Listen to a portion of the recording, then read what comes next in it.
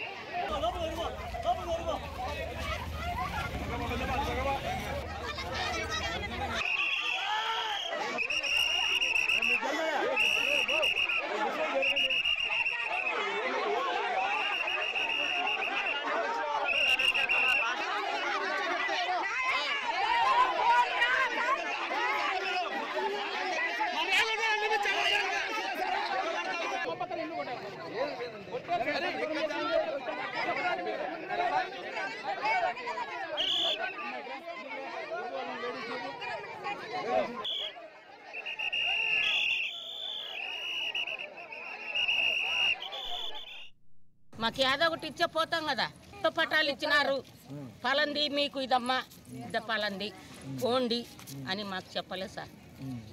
ఊకి ఇచ్చినాం అంటున్నారు. ఇండ్లలో పెట్టుకున్నారు పట్టాలు అంతే. ఎక్కడని చూపించారా? ఎక్కడని చూపించలేదు. ఇప్పుడు మేము చెడన్గా యాటి వల్ల అది బొగ్గు లైన్లో ఇల్లు ఉంది సార్. మమ్మల్ని పోలీసులు బందోబస్తు వచ్చి ఇల్లు పడగొడుతున్నారు. మేము ఏం సార్ మాకు ఇల్లు ఇవ్వండి పోతామంటే, డొంకులో చెరువు కుందు నది పక్కన ఇల్లు స్థలం ఇచ్చినాము, అక్కడ పోయి ఉండండి అని చెప్తున్నారు. అక్కడ మోకళ్ళ లోతు బురద గడ్డి అంతా మొలిచింది. వాళ్ళని కమిషనర్ సార్ వచ్చి మీకు చూపిస్తాం స్థలము, మీరు ఇల్లు వేసుకొని ఉండండి అని చెప్తున్నారు సార్.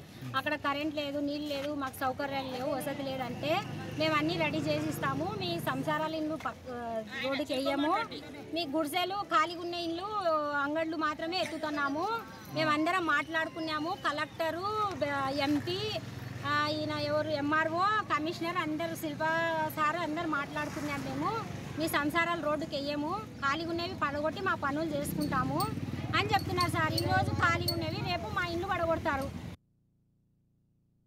ఎంఆర్ఓ కానీ ఆర్డీఓలు అందరూ ఉన్నారు. అడుగుతున్నందుకు పోలీసులు కానీ ప్రతి ఒక్కరిని పెట్టుకొని ఈరోజు అందరిని అరెస్ట్ చేసుకుంటూ పోతున్నారు. ఏ అధికారంతో ఈరోజు పడగొడుతున్నారో కూడా క్వశ్చన్ చేస్తున్నా కూడా సమాధానం చెప్పలేని పరిస్థితిలో ఈరోజు అధికారులు ఉన్నారు. పోలీసులు మాత్రం వైఎస్ఆర్సీపీ నాయకులకి ఏదైనా బెనిఫిట్ జరుగుతుందంటే ప్రతి ఒక్కరు మొత్తం అందరు పోయి వాళ్ళకి సపోర్ట్ చేస్తూ కూర్చుంటారు.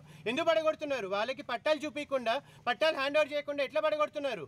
ఊరికేదో దొంగ పట్టాలు కోర్టులో ఉందో తెలియదు, ఎక్కడుందో తెలియదు. మొన్న పట్టాలు చూడనీకి వాళ్ళందరూ పోతే ఆడున్న పొలం వేసుకునే వాళ్ళు, ఇది మా పట్టాలు మీకెవరు ఇచ్చినారు, మిమ్మల్ని రానియమని చెప్పేసి వాళ్ళని బయటికి గెంటేసిన పరిస్థితి. చెప్తుంటే కూడా ఈరోజు ఎంఆర్ఓ దాన్ని పట్టించుకోకుండా పోలీసుల ప్రొటెక్షన్ తీసుకొని ఈరోజు అందరినీ ఆపుతున్నారు. ఈరోజు మాత్రం వాళ్ళకి ఖచ్చితంగా వాళ్ళ పట్టాలు ఎక్కడున్నాయో చూపించేంత వరకు ఏ స్టేషన్లో పెట్టినా ఎక్కడున్నా కూడా ఈరోజు కదిలే ప్రసక్తే లేదు. ఎన్నిసార్లు తీసుకుపోయినా కూడా మళ్ళీ వచ్చి ఇదే 3 స్టేషన్లో వచ్చి నేను మళ్ళీ కూర్చుంటాను ఎదురు చెప్తున్నా. వాళ్ళకి పట్టాలు చూపించాలి, చూపించిన తర్వాతనే ఇక్కడ నుంచి కదిలేదని కూడా ఈరోజు క్లియర్గా చెప్తున్నాను అందరికీ.